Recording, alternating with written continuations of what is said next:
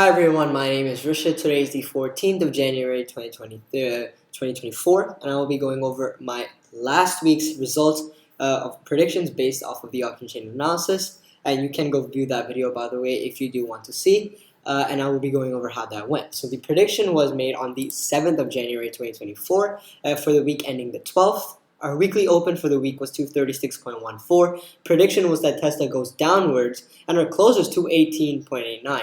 Giving us a weekly PNL of 17.25 points. That in percent is 7.3%, which is extremely high for a week.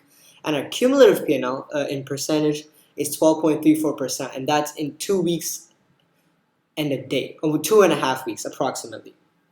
So this is just a short video going over the results of the option chain analysis for Tesla. Of course, there is a video for SPX as well, and please stay tuned for the upcoming prediction and see how that goes for yourself. Obviously, it will be covered on the channel. But that's all for now. Thank you for watching. Enjoy, and I will see you in the next video.